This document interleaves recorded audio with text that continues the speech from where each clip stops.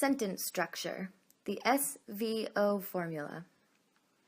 Hello, in this video we're going to explain to you how the sentences are created in English, their order and elements. This lesson is very important.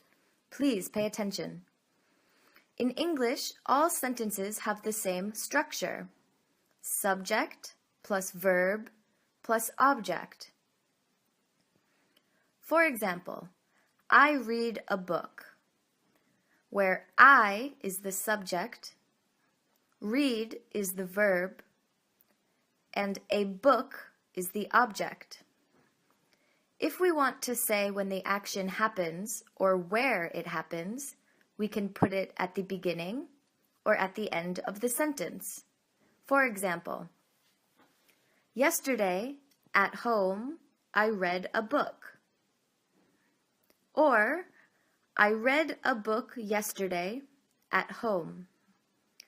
We have the same structure, but we put the time and place at the beginning or at the end of the sentence. If we want to say how the action occurs, we put it at the end of the sentence. For example, he speaks English very well. Something more to know.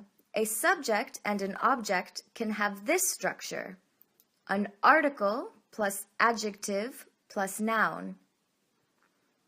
The first thing is a word that we call article, that can be the words in the previous lessons. For example, a, an, the, this, that.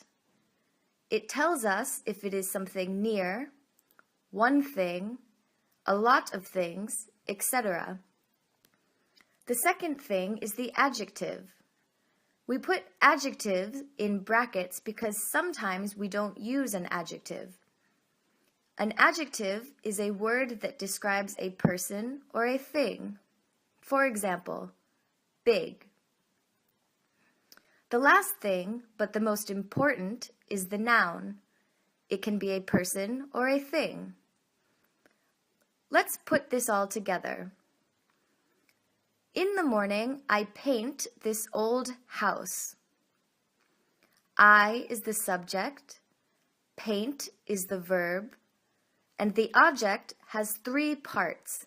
This is the article, old is the adjective, and house is the noun. Another example.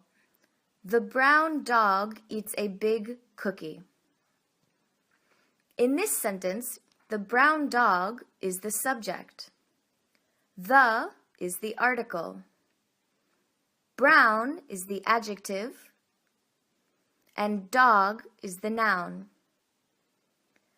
Eats is the verb. A cookie is the object. A is the article. Big is the adjective, and cookie is the noun. Be careful, there are some exceptions. Don't use this formula in passive, because the order is different. In imperative, because there is no subject, and when you use the verb there is or there are, because there is no subject. Please watch this lesson again if you don't understand.